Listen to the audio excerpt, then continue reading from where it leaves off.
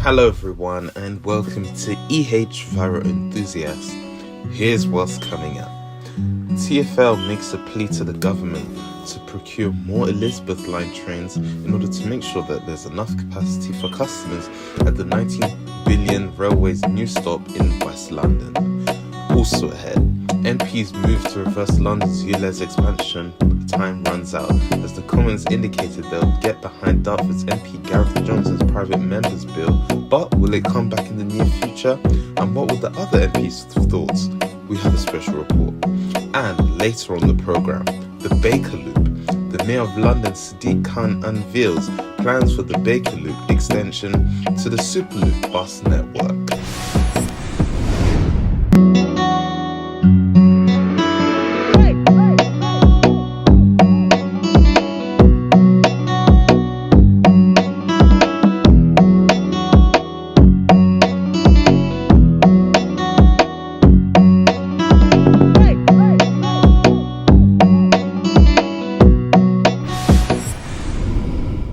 Welcome to the program, everyone. I'm Viro Enthusiast in London. Today we have three segments to dive into. But first, we start off here in London, where there's a plea for TfL's new Elizabeth line to receive more trains and expand further out. TfL has made the case to the government to procure more Elizabeth line trains in order to make sure that there's enough capacity for customers at the 19 billion railway's new stop in West London. Old Oak Common station is to function HS2's temporary terminus for the firm's Euston interchange, but London Transport officials say that they've been working with HS2 Old Oak Road Development Corporation to ensure that they can operate a terminal to support the growth and outlined in the mayor's plans as well to cope passengers in the existing service. Documents from the most recent meetings of TfL's board state that the bosses have communicated with the government over the procurement of the new Elizabeth line stock.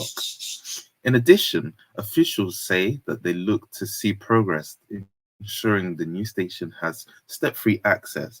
Papers state, to help us meet these challenges, and in 2023, we made the case to the government to procure additional Class 345 Elizabeth line trains to ensure sufficient capacity for passengers disembarking HS2 services and continuing their journey into central London, as well as level boarding to welcome the Elizabeth line. We've taken part in the DTF-led group and strategic steering group meetings on Old Oak Common, which are also looking into the interface with surface transport modes, specifically the bus station and highway. Connections on Old Oak Common Lane. Quote, we have continued to highlight that the significant changes to the local plan and forecast growth in the housing jobs should be accounted for in the HS2 Limited's design. TfL's funding and buying of trains. As regards level boarding, TfL told My London in January that they're working closely with HS2 and the Network Rail to get them to see what might be possible. At the same time, the Network Rail said that TfL would need to fund and buy the trains. The operator added that it would only get involved right at the end when it comes to timetabling the extra trains should they appear. And we can show you the clip from that right now. To be an Elizabeth line station, TfL have been told that they need more Elizabeth line trains to manage the station and provide the services that people will need. Have things got moving on that yet? And how many more Elizabeth line trains do you think will be needed going forward? Yes, so there's a work stream between the Department for Transport and Transport for London to agree exactly the number and exactly when they come into service. So that's very much in hand. We're also looking obviously at Old Oak Common now, given the recent announcement of how the passenger movements will take place at Old Oak Common. So we're reassessing all of that, but very much there's clear plans in place to make sure that when we start operations at Old Oak Common and for the future, we have sufficient services to get passengers away from Old Oak Common on the Elizabeth Line and Great Western Main Line and Heathrow Express. As you know, how many more Elizabeth Line trains will be needed? No, I don't have that on hand, but I know that's in discussion and subject to all of those different permutations in terms of how many people we have at the station. And there's been some discussions in the past that the Elizabeth Line station here won't have level boarding.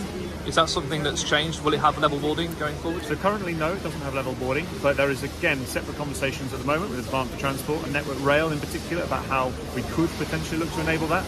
There's some serious technical challenges around how we allow all of the rolling stock through the station, but we're trying to find a technical solution, and if that's possible, and if there's industry buy-in, we will look to implement that where we can. So as you heard there, Peter Gales, HS2 Project Line Director, say that in January, there's a work stream between the Department for Transport and Transport for London to agree exactly the number of additional Elizabeth Line trains needed and exactly when they were to come into service, so that there's very much in hand. He also said, quote, "We're also looking obviously at Old Oak Common now, given the recent announcement that the northern leg of the project between Birmingham and Leeds being scrapped, of how the passengers' movements will take place at Old Oak Common. So we're reassessing all of that."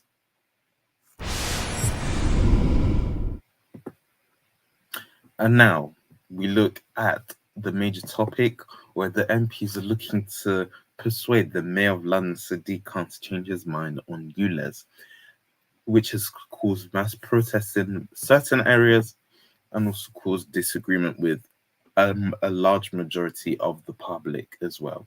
So here's what they had to say on this issue.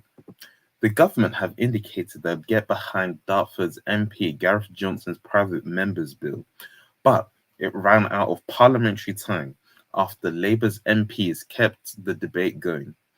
A central London Ulez was introduced in 2019 and was designed to tackle air pollution, and now was extended to cover the whole of Greater London in August 2023. Under Commons rules, Mr. Johnson's bill now stands almost no chance of becoming a law unless it's adopted by the government, but any legislation would have to be passed before a general election expected later this year, and it's unlikely to be allocated enough parliamentary time. Intervening during a 33-minute speech by Labour MP Lillian Greenwood, Mr. Johnson said, "It's obvious both she and the Labour Party wish to talk about my bill.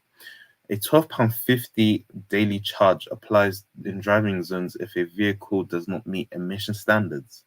Drivers of buses, coaches, and heavy good vehicles that do not meet an emission standard have to pay £100 per day if they're to enter separate low-emission zones at the same area as ULEZ." Downing Street denied riding Rothsod devolution by tackling the bill, saying it's about making sure the communities and drivers are able to have their say on an important issue. The government have been consistent in supporting motorists, and it's in line with line with number 10 speaker said, "ULEZ has proved particularly controversial out of London boroughs and was seen as a key factor in the conversations holding on the parliamentary seats of Uxbridge and South Ruislip by-election in July 2023.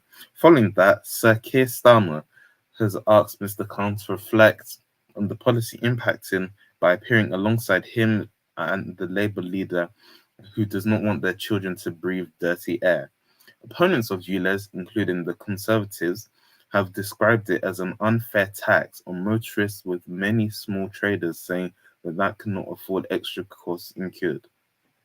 The mayor has argued that it's needed to protect people's health by tackling toxic air pollution levels. This has been labelled as cruel tax. He has cited his legal duty to take measures in air quality set by the government and has pointed out that his procedure as mayor, Boris Johnson, announced plans in 2015 to introduce a similar zone. In a repeat earlier this month, he claimed that since he was first elected in 2016, air quality has improved faster in London, the rest of the country with the ULEZ major factor as well. Mr. Khan then said, quote, nitrogen dioxide pollution has been cut in half to almost low annual levels on record. The Conservatives have claimed that he was hiding figures likely to show ULEZ expansion had only a negligible impact. During the debate on the bill, Mr. Johnson described the ULEZ charge as a cruel tax on London's poorest people who could not afford to upgrade their cars.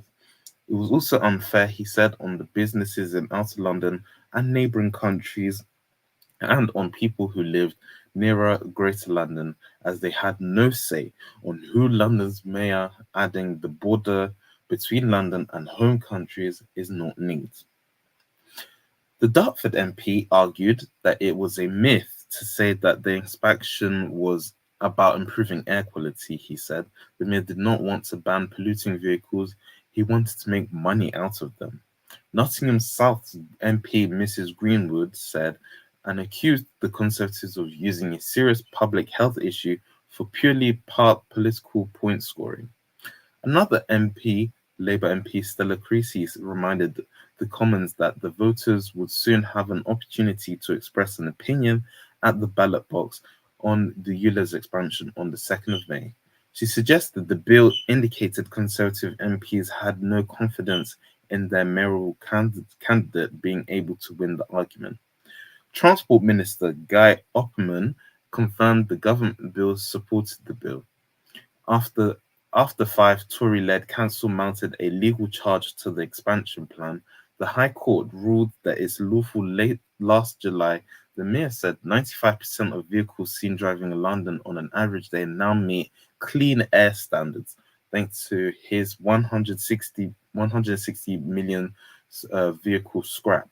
The mayor has also urged the government to fund a scrappage scheme to cover the wider South East. There are 12 candidates now for the London mayoral elections on the 2nd of May, and those are Cheyenne Batra, who's in an independent committee, Count Binface, who's also independent as well, Rob Blackie, who's part of the Liberal Democrats, Natalie Campbell, who's also independent, Howard Cox, who's also part of the Reform UK group, Amy Gallagher, who is part of the SDP, Zoe Garbett Green Party, Taron Gutali, who's an independent person as well, Suzanne Hall, who's part of the Conservative Party, and SADIQ Khan, who's currently part of the Labour Party. Andreas Mikhaili, who's also independent, Brian Rose, part of the London Real Group, and those are the people who you could expect to see in the electoral votes on the 2nd of May.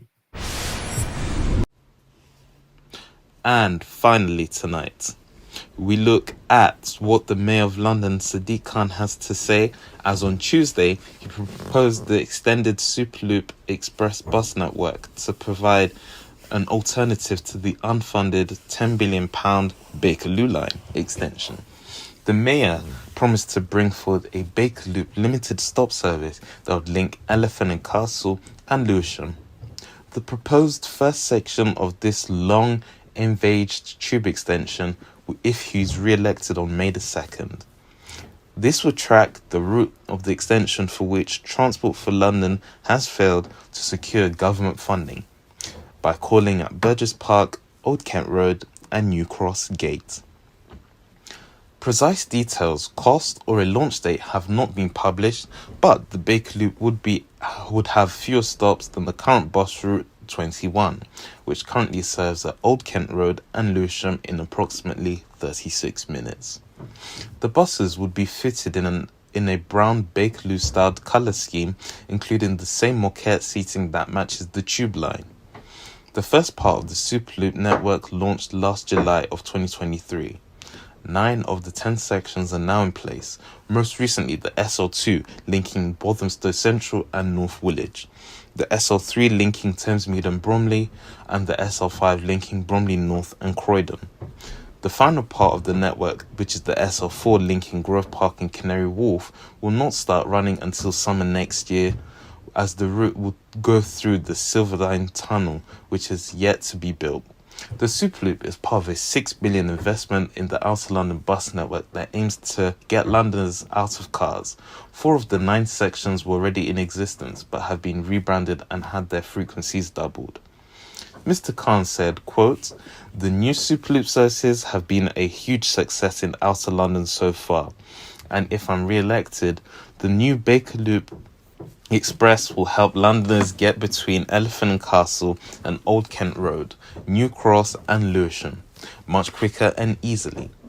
I continue to make the case as strongly as ever that we need the Bakerloo line tube extension to get underway as soon as possible, and TfL are lobbying ministers about the funding the project and meeting the needs of it. In the meantime, I'm determined that we will do well to provide the very best services across South London." In spite of that, critics claim the Superloop is little more than a cosmetic makeover. The buses on the SL3 route are rebranded Boris Routemasters rather than zero-emission vehicles, while only single-deckers can be used on the SL5 due to low trees. Suzanne Hall, the Tory mayoral candidate, said, "This blunder loop is yet another super flop from Mr. Khan. Instead of delivering the much-needed Bakerloo line extension, SADIQ Khan has decided to settle for a bus." Victor Chamberlain, leader of the opposition Lib Dem group on Southwark Council, said, "Labour are trying to pull the wool over people's eyes with flashy gimmicks, but everyone can see that it's just a distraction from the mayor's failure to deliver the Bakerloo line extension.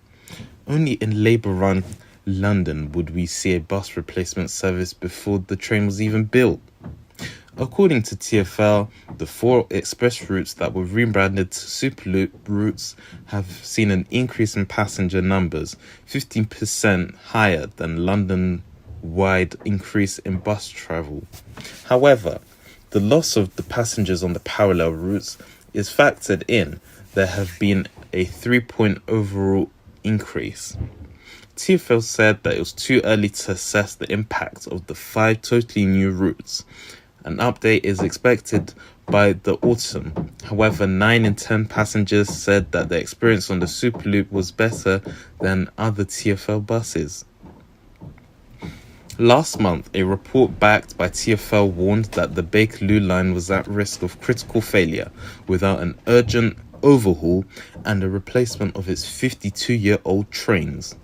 2 years ago, the cost of the extension to Lewisham was estimated at between 5.2 billion and 8.7 billion in 2021. Prices plus a further 800 million to 1.9 billion for the second leg to Hayes. However, neither the new trains nor the extension is included in TfL's business plans, which sets out investment priorities to 2026-2027. And that is it for now. If you ever miss our show, remember you can always catch us online on our podcast at youtube.com/ehviroenthusiast/podcast and across all of our other social media platforms on YouTube, Twitter and on Flickr. So thank you for watching and goodbye.